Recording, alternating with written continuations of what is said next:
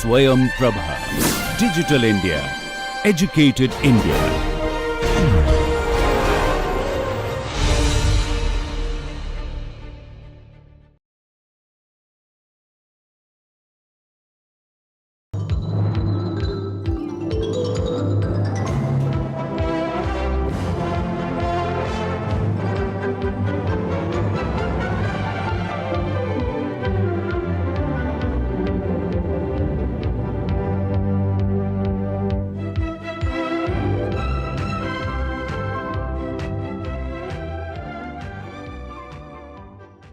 This part of the course is a continuing discussion on structure and process issues in running an organization. From the preceding elaboration, you would be clear on what is the content of the word structure in an organizational content.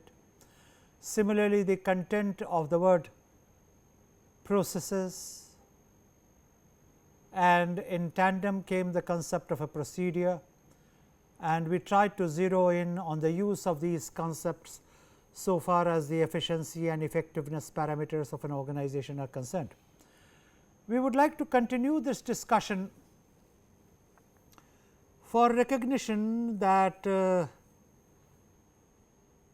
by convention, two types of structures are supposed to be just exposed to each other.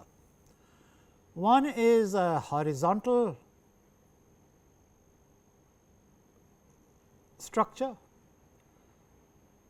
the other is a vertical structure. Let me show to you a written description of the horizontal versus the vertical structure, then I will go ahead to explain it to you. A horizontal process manages coordination across steps in a continuous or interdependent work process that spans departments, functions and organizations. Horizontal processes are designed around workflows of teams such as new product development or customer order fulfillment. Now, as you notice here, processes are following structures. A horizontal processes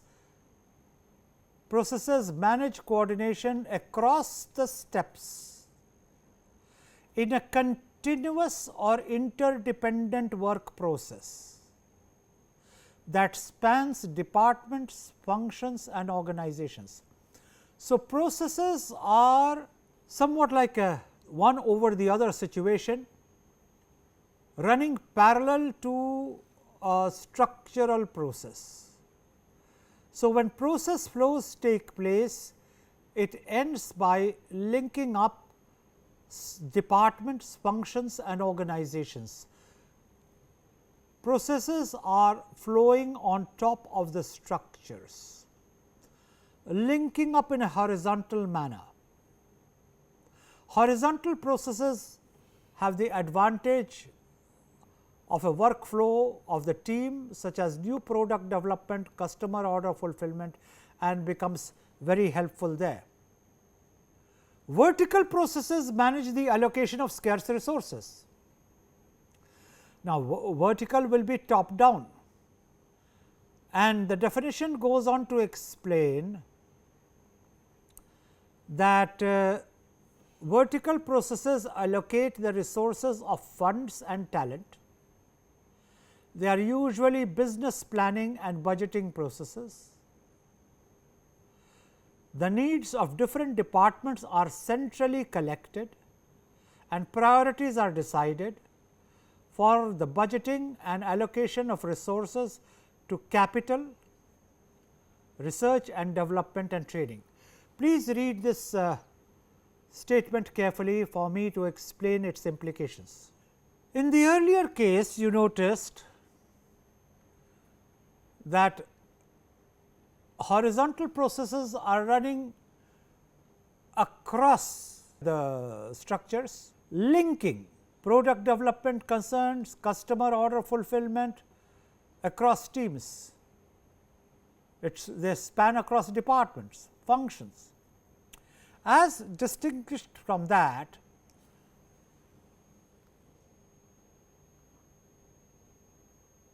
vertical processes run top down with the prime purpose of allocating resources.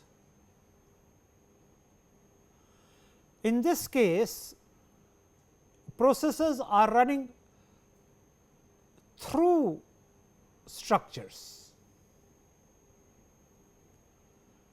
and the flow will be at different levels. In other words, processes and structures, or structures and processes, need not necessarily run parallelly. They can run parallelly, or they can run cross section wise, depending upon the function which is at stake. Organizational processes required by flat and boundaryless structures require decentralization of authority, information sharing, diffusion and distribution of competency, and redefinition and reallocation of awards. Once one gets into this area, one is entering into a little more complex formulations. If the structures are by definition malleable or indeed boundaryless, because the nature of the technology operating in the organization is such. Illustratively, it is an information technology related firm, or it is a software related firm in any given sector, say telecom sector,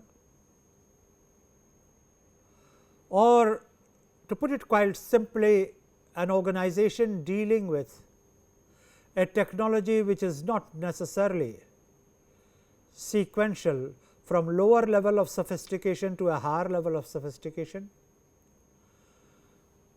but across the organization linking up different competencies from one end of the spectrum to another in a lateral fashion,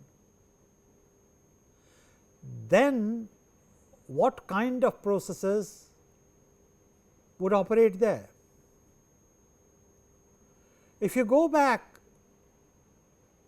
to the explanation offered in the preceding presentation on structure and processes, you will recall that I did talk of hierarchies when I talked of structures, and you will recall that I cautioned you that all structures are not necessarily hierarchical. We are now at a stage where we notice that structures will determine the centralization or otherwise of authority. If it is a flat organization, there will be inherent decentralization of authority. If it is a vertical organization, pyramidal in nature, it would be prone to a centralization of authority. And the way authority is positioned in the structure will determine the process flows, which is why I showed you a shot of organizational processes required by flat and boundaryless organization structures, which had 4 elements. And I am in the process of explaining to you the need to recognize that there is decentralization of authority just as there is a need to appreciate that the nature of technology in a given organization can be such that the relationships amongst jobs would be flat. Now, if there is decentralization of authority and a flat structure, this has implication for information processes also. There will be higher information sharing in a flat structure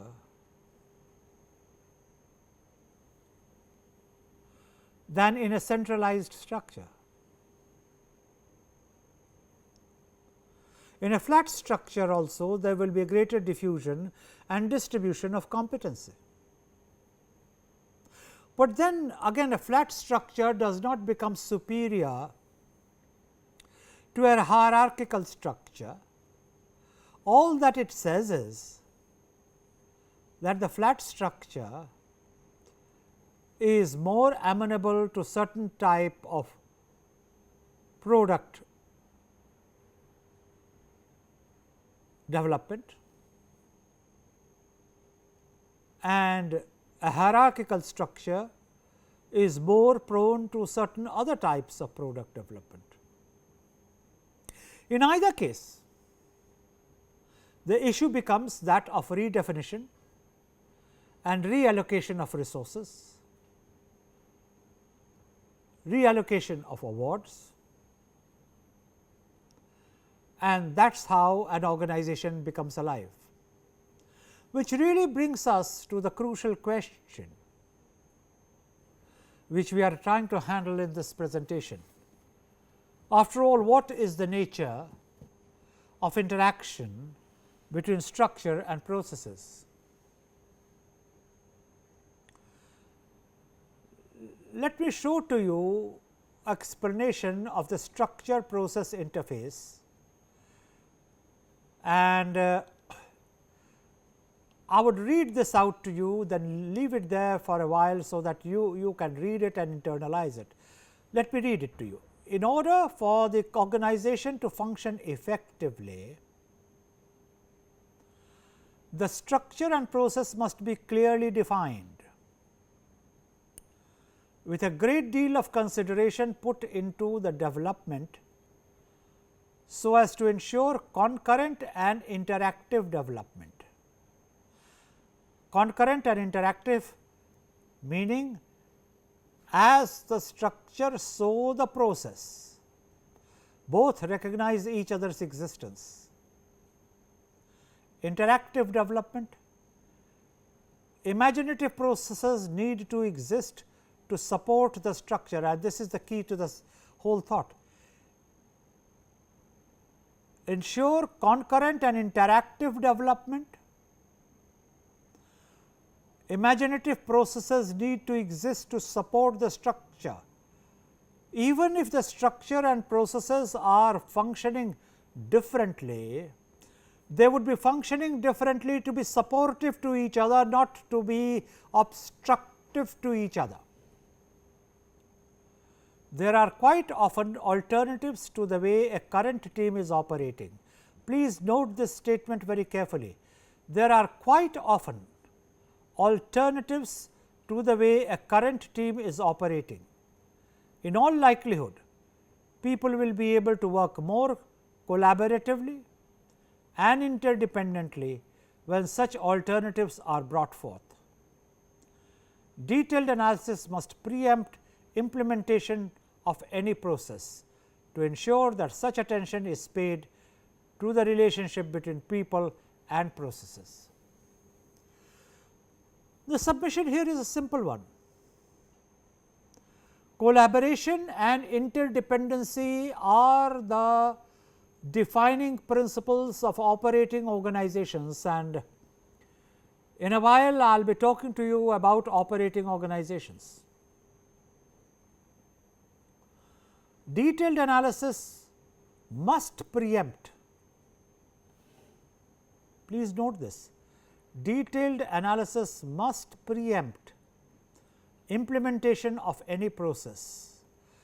In other words, implementation of a process is a cognitively conscious process, though I must hasten to add, if you do not do it consciously, processes will start operating on their own.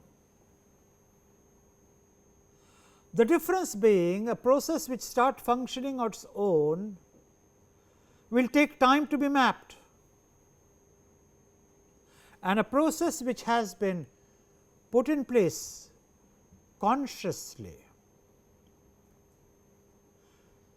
with an analysis which has preceded it will have a map which is already available, therefore, makes possible interventions which are more effective and which are more scientific. And then, just as structures are operated by people, processes are operated by people. Therefore, people or the human resources of an organization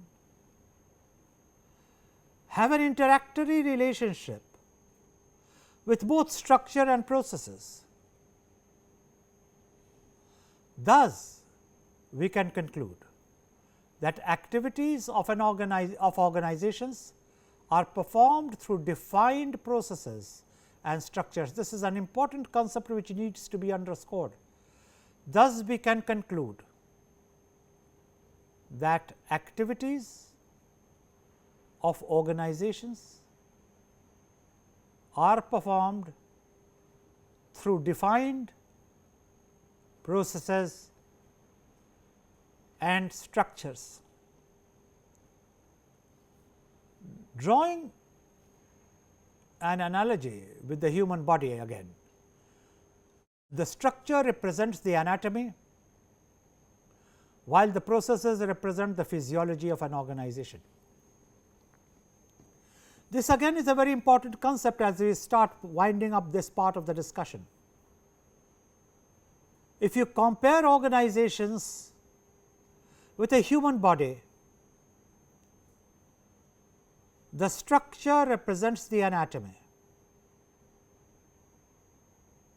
and the processes represent the physiology of an organization.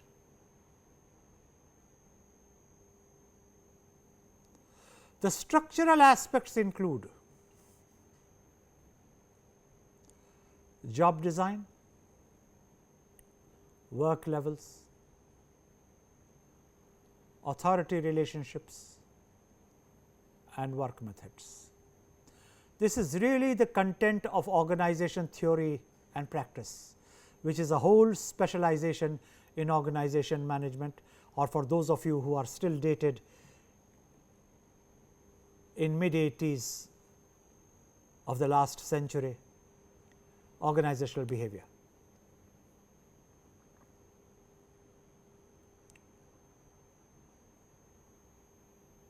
Without getting into that kind of a debate, all I wish you to register is structural considerations include job design, work levels, authority relationships and work methods. The listing is not exhaustive. In this course, we shall be devoting at least 2 hours looking at design issues of organizations.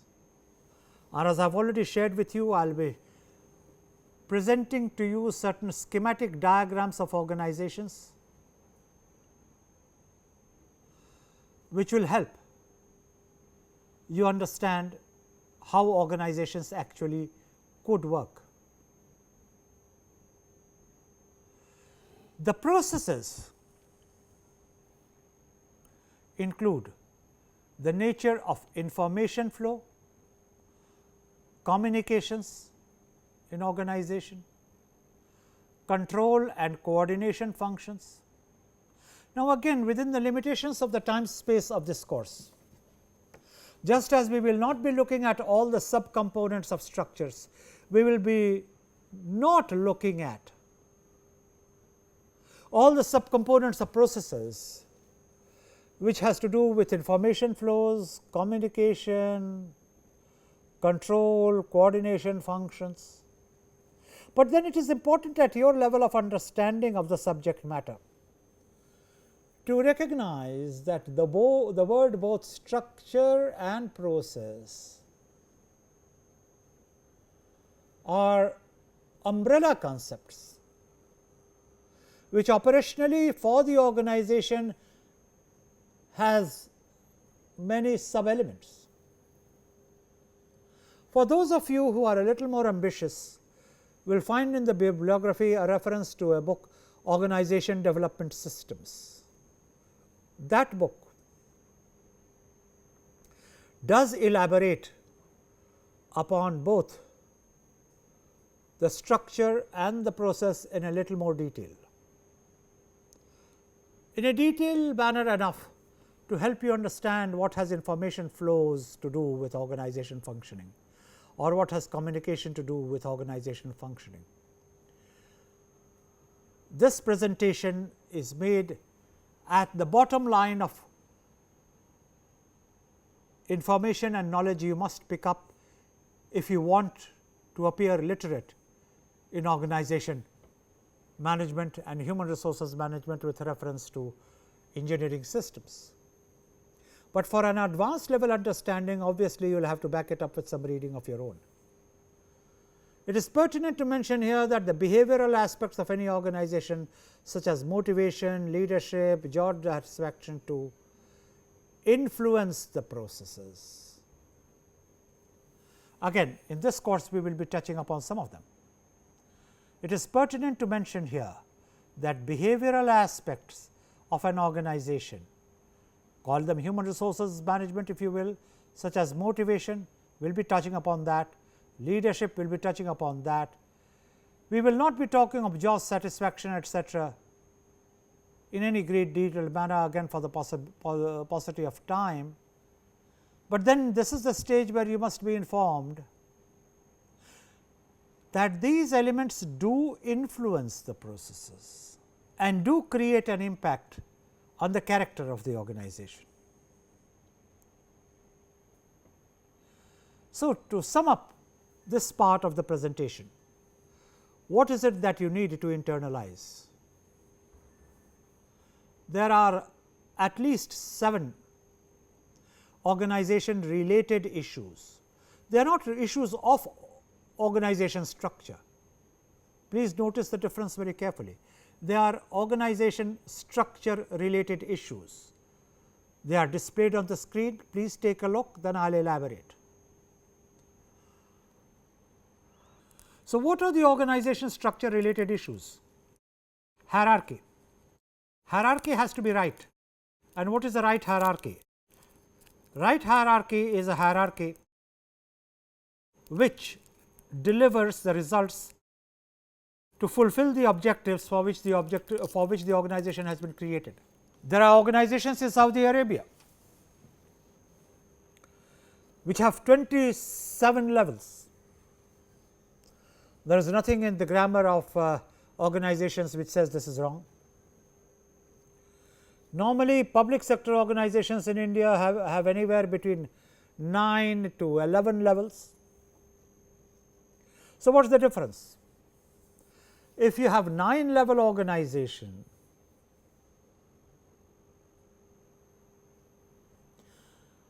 and you have a 35 to 36 year career, then other things being normal, you can expect a promotion every 4th year. So, that is when you go back home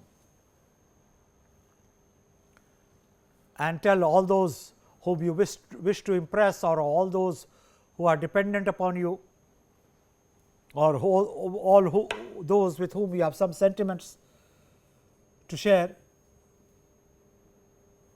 you have been promoted, but you won't be able to do it much quicker than once in 3 or 4 years. But if you have 27 levels, you can do it almost every 2nd year.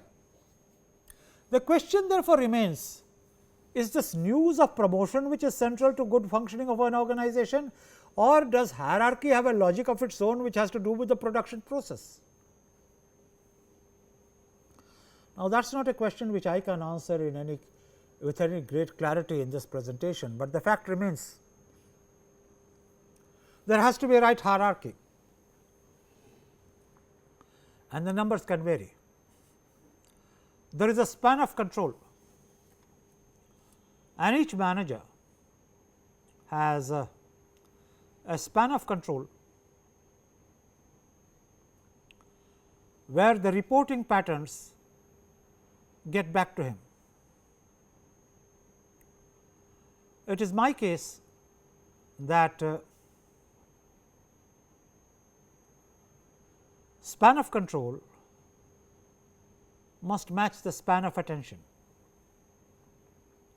If your span of control is too wide and your span of attention is not that wide, then please remember your effectiveness will be to that extent low. If you remember the presentation on the screen, the third element was line and staff function design. Now, you should know the difference between line and staff function. Line is usually flat, staff is usually hierarchical, but irrespective, a mixture of the line and staff function makes an organization function, but not without accounting for the nature of the management information system. This can be distributed, this can be centralized, but however and whatever that may be, it is important to recognize that information is like the central nervous system of a human body. Information flow decides the effectiveness of response and coping capability of the limbs of an organization. It can be distributed, it can be centralized, it can be lodged at one place, it can be lodged at the point of action, and there are different models available for the structure of the information systems. Again, this is not the best place to get into it, but yes, this is the sort of place where you need to be briefed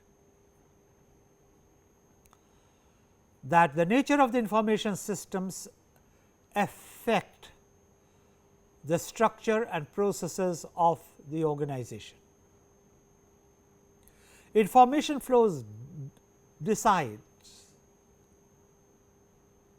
which of the components of the structure are defunct, therefore, can be lopped off, or better still, which of them are alive, fruitful, and therefore, need to be reinforced.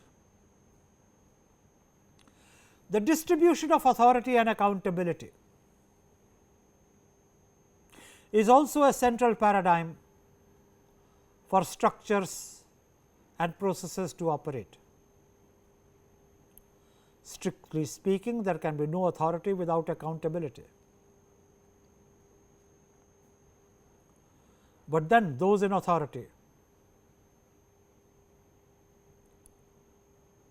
do not always appear keen to render accounts of performance. But these are the ironies of human nature,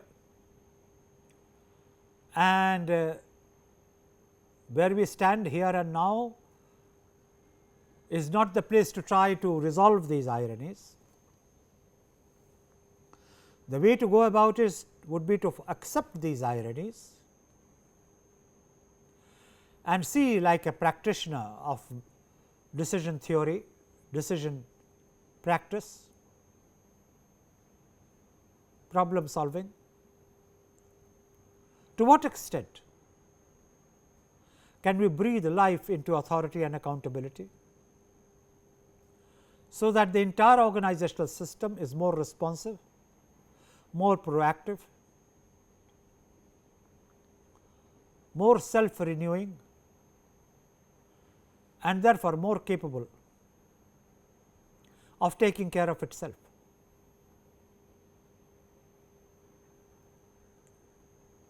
Work methods and job designs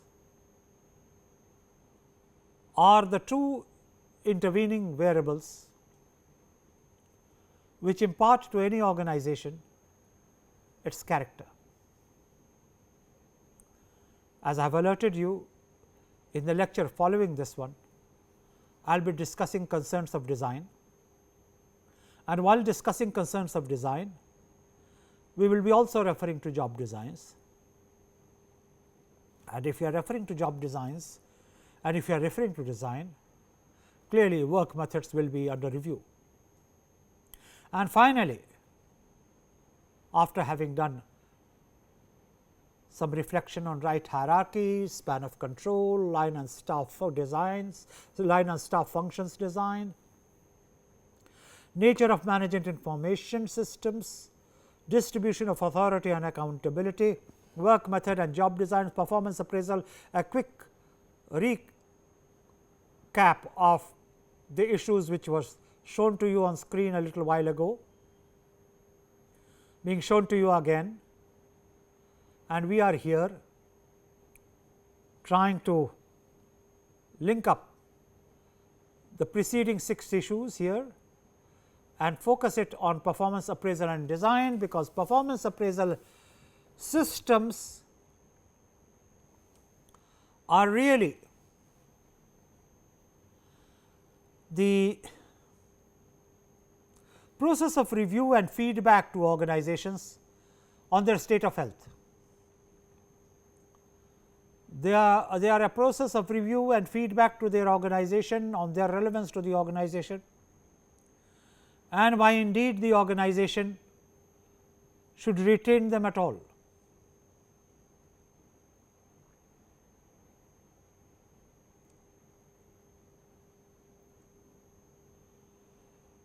Indeed, I am of the view that it is this feedback loop which really determines the way the organization is poised to meet its future. It is another matter that a perfect performance appraisal system is a theoretical reality, but a lot of things in life have to contend with the suboptimal and continue dealing with it, because the ideal remains the objective to target, and it helps also to shape better one's own plan of work.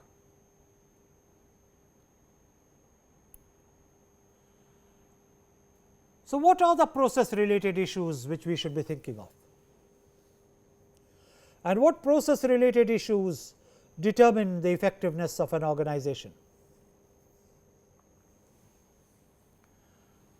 Let us see a quick listing. How should decision making function be carried out in an organization? There is no ideal answer to this question. That decision making function in any organization is the most desirable, which is the most productive to its survival and growth.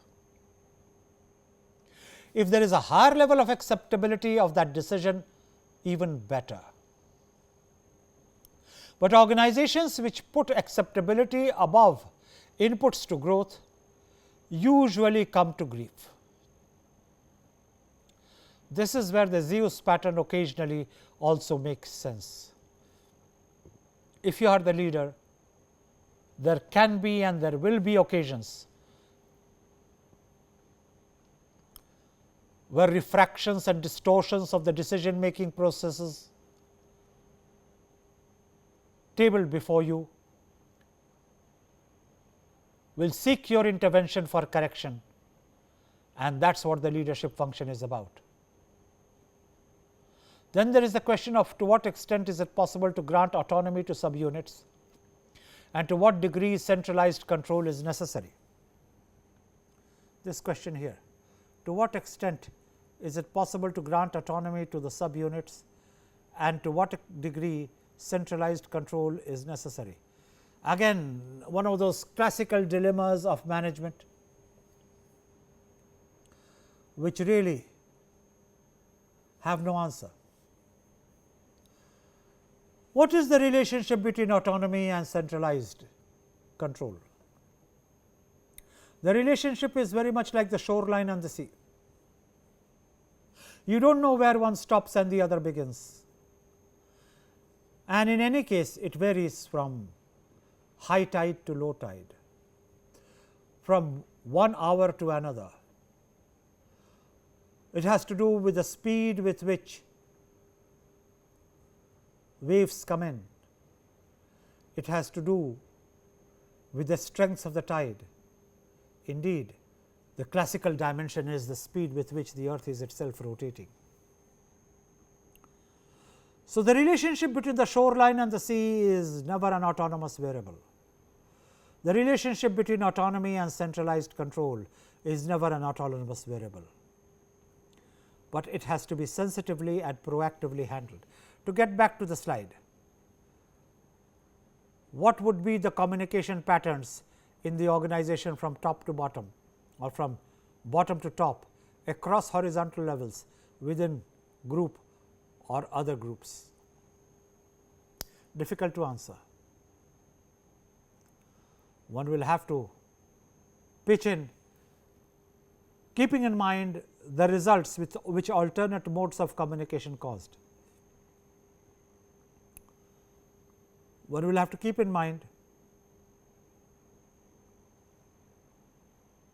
that the central purpose of communication is to create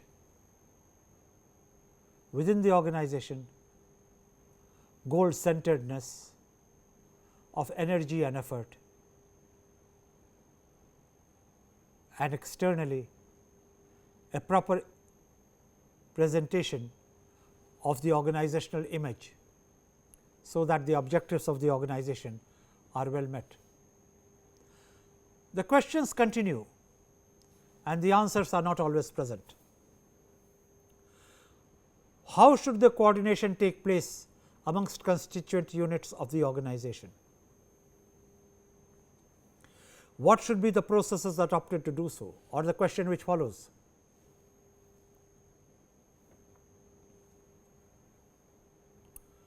How should control be exercised? What control mechanism should be instituted in the organization? The questions of coordination and control, again very judgmental, but if one thing is clear, that is, if anything can be clear,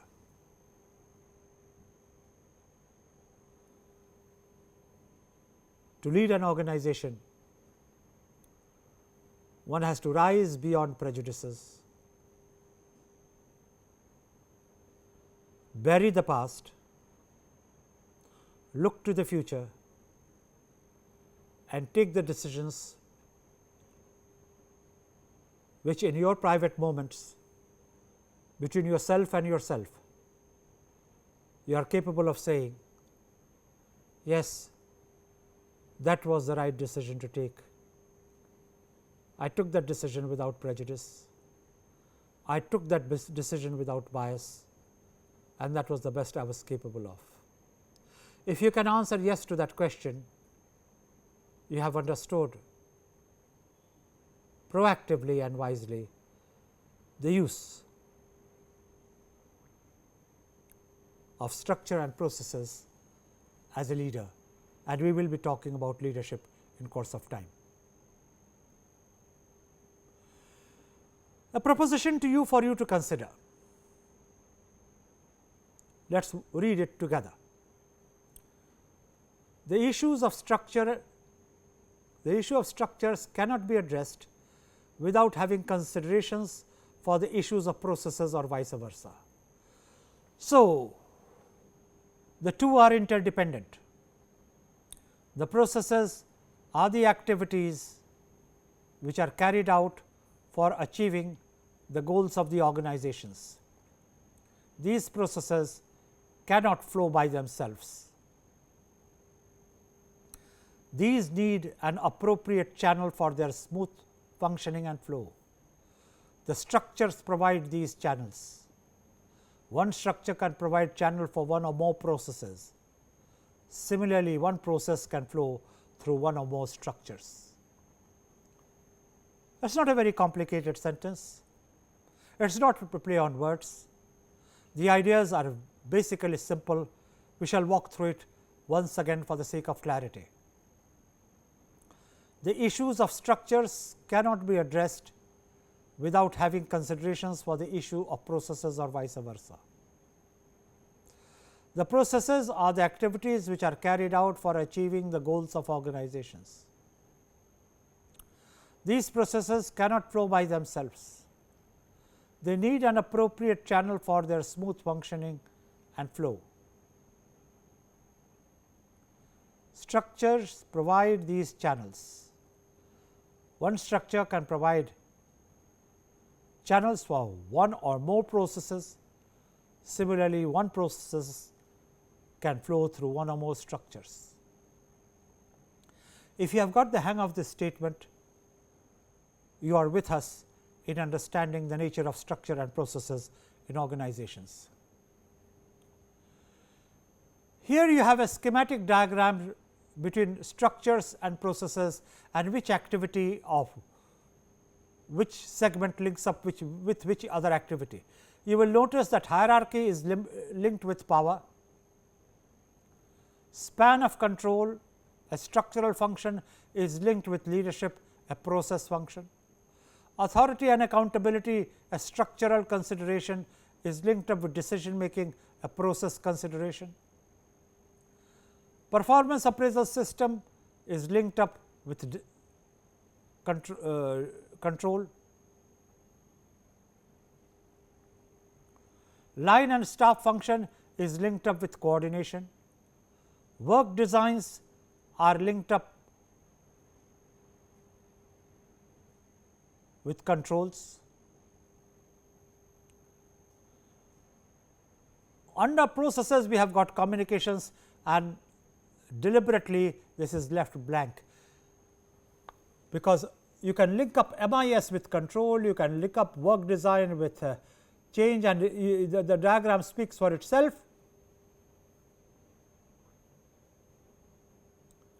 But communication, while a process function, covers just about everything in the organization.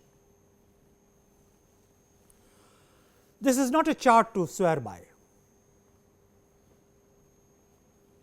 but this is certainly a chart which, for a person who is trying to get a foothold into management, helps to make some sense of what may appear a very large maze of variables, which to a person beginning the understanding of the process appear incomprehensible. So, hierarchy and power, span of control and leadership, authority and accountability and decision making, performance appraisal systems and control, line and staff functions and coordination and change, work design and control. MIS also deals with control, and finally, communication, which links up with everything. With that, you will notice that there is a certain fuzziness around performance appraisal systems. At a certain level, it will be linked up with decision making. On a certain level, it is made up of control. in terms of its linking up. Under the process, you have had 8 variables. Under the structures, you have had 7 variables. We have 1 extra on the process variables because communication is listed there, but arrows you have only 6, and that is because communication does not have a counterpart. The linkage of MIS with process issues is fuzzy, and so is the linkage of performance appraisal with a single process issue fuzzy. It is difficult to identify one-to-one relationship for MIS and performance under appraisal systems, which are structural variables with process issues. But once you recognize these 2 exceptions on the structure side, for which it is very difficult to find a counterpart on the process side, that is a single counterpart on the process side. You will also recognize that for at least one variable on the process side, that is communication, it is very difficult to find one single variable on the structure side, but by and large I believe the point is made. To conclude then, we shall talk of certain process variables, control, coordination, implementation, and wrap up with systems. Control requires surveys, it surveys the total activity of the implementation elements. It should be able to generate data on what is going on inside the process, and now to integrate the implementation without eroding their autonomy. So far as the coordination process is concerned, in the absence of this, there will be duplication of activities, non-uniformity of operations. The function is not to command,